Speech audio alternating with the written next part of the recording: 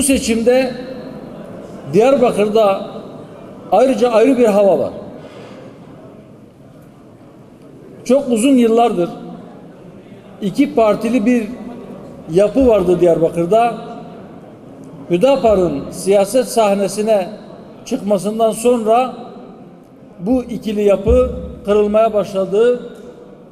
Vatandaşın önüne, hemşerilerimizin önüne üçüncü bir ihtimal, üçüncü bir yol daha çıktı.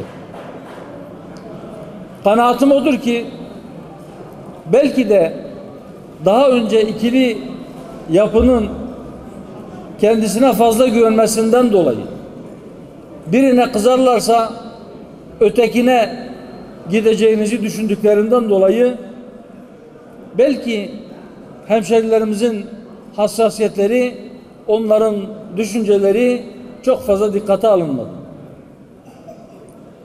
İnşallah 24 Haziran seçimlerinde bu kez bizi tercih ederseniz onlar da, yani diğer siyasi partiler de size bu muamele yapmaktan vazgeçecektir. Nedir o muamele? Önünüze nasıl bir liste koyarsak koyalım, biz genel merkezimizde Ankara'da masa başında listeler hazırlarız. Sizin öncelikleriniz, sizin hassasiyetleriniz sizde dursun. Biz önünüze hangi isimleri koyarsak siz onlara oy vermek zorundasınız. Biz diyoruz ki bu devirler bitti. Bu devir bitmiş olmalı. Artık halka rağmen siyaset yapma dönemi kapanmış olmalı. Eğer sizin karşınıza çıkıp sizden oy isteyenler, biz kendimize bir şey istemiyoruz, biz size hizmet etmek istiyoruz diyorlarsa, o zaman sizin hassasiyetlerinize uygun davranmak zorundadır. Memleketimizde yapılan siyasetin ve belki idarenin en temel problemlerinden bir tanesi de şudur ki, halka rağmen halk için iyisi budur diyerek halka bir şeylerin dayatılmış olmasıdır. Bu sadece bazı siyasetçi isimlerin dayatılması değildir. Bir siyaset tarzının da dayatılmasından bahsediyoruz.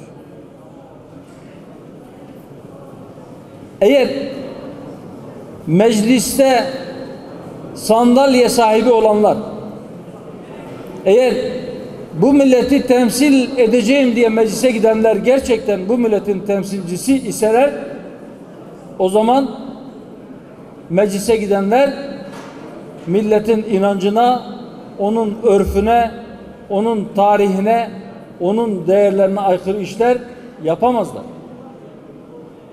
Bunlara aykırı kanunlar çıkaramazlar. Bunlara aykırı tasarrufta bulunamazlar. Bunun değişmesi için de bunu yüksek sesle dile getiren bir kardeşinizin oraya gitmesinde çok büyük bir fayda var.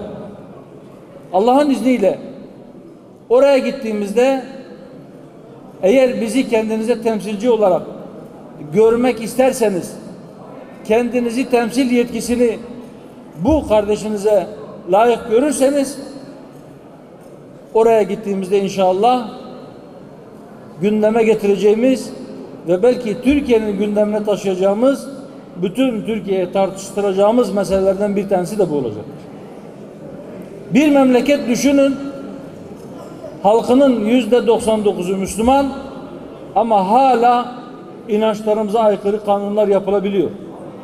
Ama hala inançlarımıza aykırı 80-90 sene önce yürürlüğe konmuş olan kanunlar hayatiyetini devam ettirebiliyor.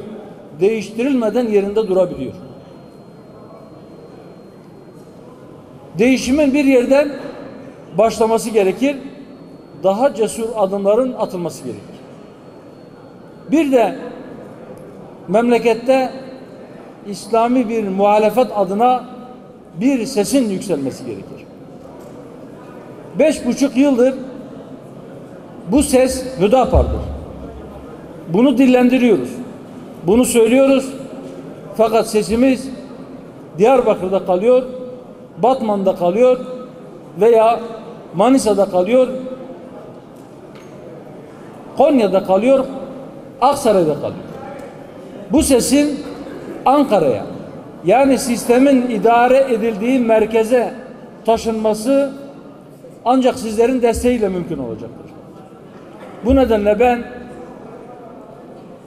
Türkiye'de muhalefetin renginin değişmesi için, iktidar her ne yaparsa yapsın, iyi şeyler yaptığında bile sadece muhalefet olduklarından dolayı itiraz eden muhalefetin renginin değişmesi, doğruya doğru, yanlışa yanlış diyen, doğruyu destekleyen, yanlışa karşı çıkan ve iktidarı doğruya, hayra yönlendiren bir muhalefetin mevcudiyeti için inşallah ben bütün kardeşlerimden samimi bir çaba ile destek bekliyorum.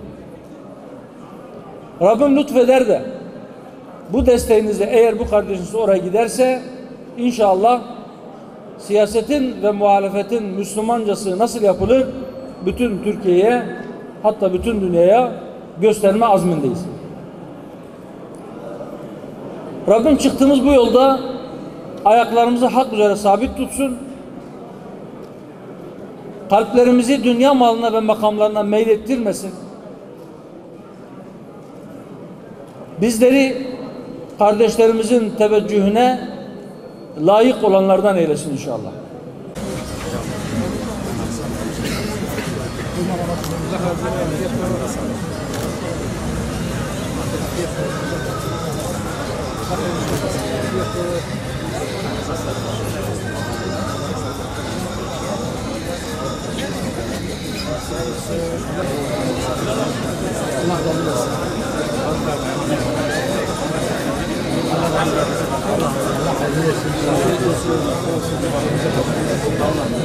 Allah